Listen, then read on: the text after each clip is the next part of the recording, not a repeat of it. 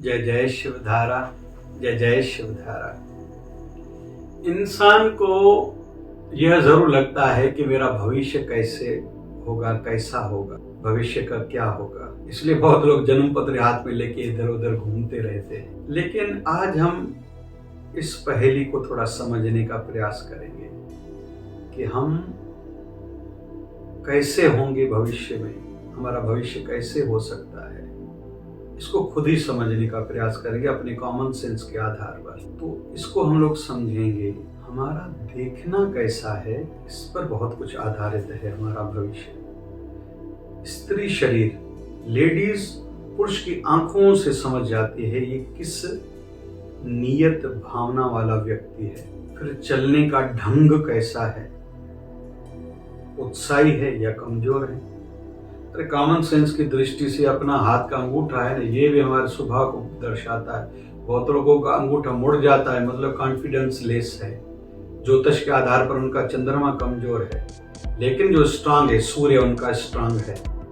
Confidence level बढ़ी हुई है केवल इस आधार पर। तो चलने के ढंग से भी, तरीके से भी, चाल ढाल से भी पता चल जाता है ये व्यक्ति कैसा है। कपड़े का कलर, कपड़े का पैटर्न, भगवाधारी है मतलब कोई साधु है, लेकिन वस्त्र को देख के उसी समय हम लोग उनकी चाल चलन की ओर ध्यान देते हैं। ये कैसे बोल रहे हैं, क्या बोल रहे हैं, कितनी मधुरता है, कितना प्रेम, कितना अपनापन है, कितनी दया दृष्टि की भावना है उनके व्यवहार, कितना मार्गदर्शन करना जानते हैं। काउंसलिंग इनकी कैसी है, ये देना कितना और क्या चाह रहे हैं, या केवल लेने वाले, इस आधार पर हम लोग अंदाजा लगा देते हैं। तो कुल मिला के जो स्टूडेंट्स पढ़ाई नहीं कर रहे हैं, आगे जब वो डॉक्टर इंजीनियर कैसे बनेंगे, उसके विपरीत जो स्टूडेंट रात भर 9th 10th में 8th में पढ़ते हैं, उनकी माँ बाप को अंदाजा लग जाता है इनका इंटरेस्ट है। फिर माँ बाप भी कभी कभी आर्थिक पैसे की तकलीफ होने के बाद भी इधर उधर से कर्जा लेके अपने बच्चों को पढ़ाते हैं, क्योंकि वो रंग ढंग से, चाल चलन से समझ जाते हैं ये मेरा बच्चा इंटरेस्ट रख रहा है, ये कुछ बनेगा, ये कुछ करेगा, हमें अपना योगदान देना चाहिए। तो माँ बाप भूखे रहेंगे, अपनी जो इच्छाएं हैं उनको मार के बच्चों को पढ़ाते हैं। तो बच्चे की चाल ढाल से उन्होंने ये निर्णय लिया 11th 12th के लिए इनको बाहर पढ़ाई के लिए भेजेंगे या अच्छे ट्यूशन सेंटर पर भेजेंगे। फिर नीट के लिए उनका योगदान रहता है, आदि आदि आदि आगे की जो पढ़ाई के संदर्भ में विषय है।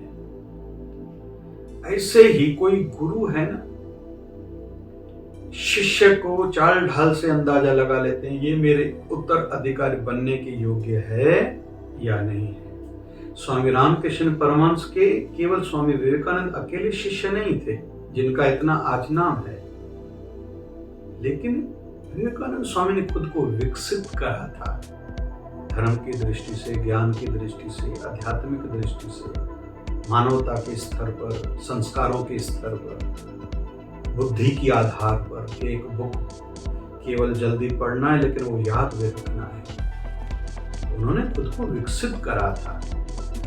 ऐसे ही हम खुद पर अभी थोड़ा चिंतन करें, मेरा हार्ड वर्किंग वाला स्वभाव है या नहीं है, और अपने फ्यूचर के लिए मैं क्लियर हूं या नहीं हूं, मुझे क्या बनना है और क्यों बनना है, फिर कब तक बनना है, फिर कैसे बनना है।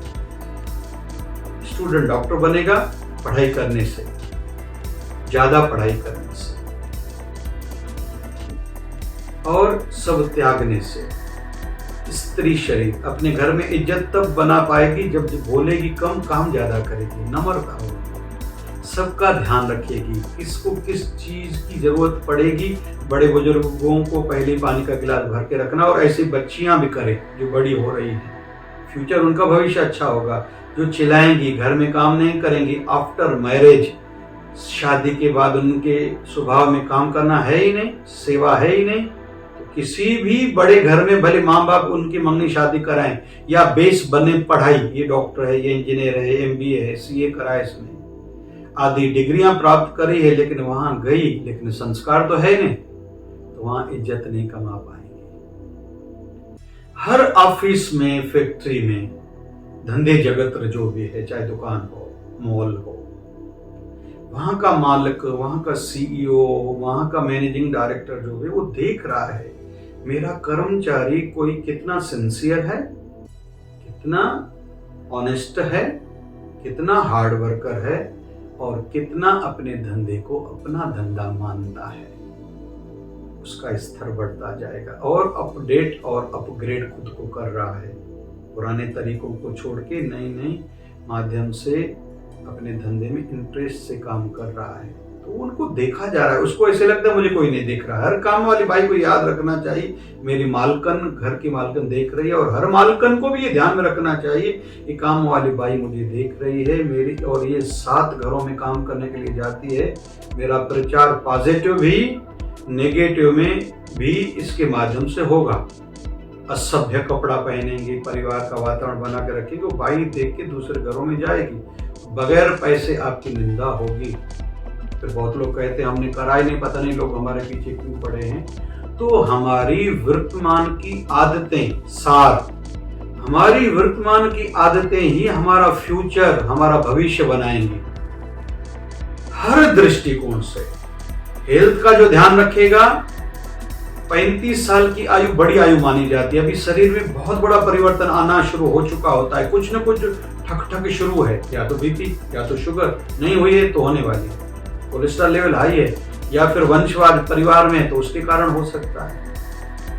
फिर या तो पेट की तकलीफ, या तो चमड़ी की, या तो बालों की, या तो डायबिटीज, या तो हार्ट, या तो ब्लड प्रेशर, घुटनों की तकलीफ, कमर की तकलीफ, सिर दर्द, आंखों की रोशनी का धीरे धीरे 40 तक तो कम होना शुरू हो जाता है, 45 तक तो चश्मा पहनना ही पड़ेगा। तो 35 साल की आयु के बाद हर कोई ध्यान रखे, लाल गाजर खाऊं आंखों की रोशनी बढ़े, पालक ज्यादा खाऊं आंखों की रोशनी बढ़े, हरी घास पर सवेरे चलूं कि आंखों की रोशनी बढ़े, फिर सवेरे उठ के पानी मुंह में भर के आंखों को पानी के छींटे मारो कि आंखों की रोशनी जल्दी कम न हो। ये तो ध्यान हर कोई खुद रखेगा तो आंखों की ज्योति देर तक, आयु तक, दीर्घ आयु तक चलेगी।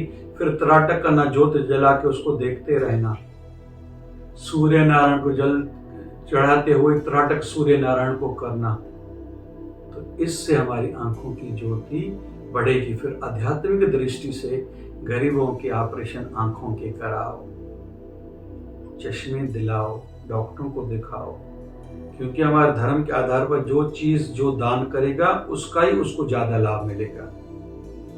बच्चे दूध नहीं पीते, बच्चों से दूध दान कराओ, फल नहीं खाते, फल दान कराओ, अन्न नहीं खाते, अन्न दान कराओ, वस्त्र बच्चों से दान कराओ, खुद दान करो, घर का हर व्यक्ति करे। हर चीज का अपना महत्व है। तो हम लोग सीख रहे हैं कि हम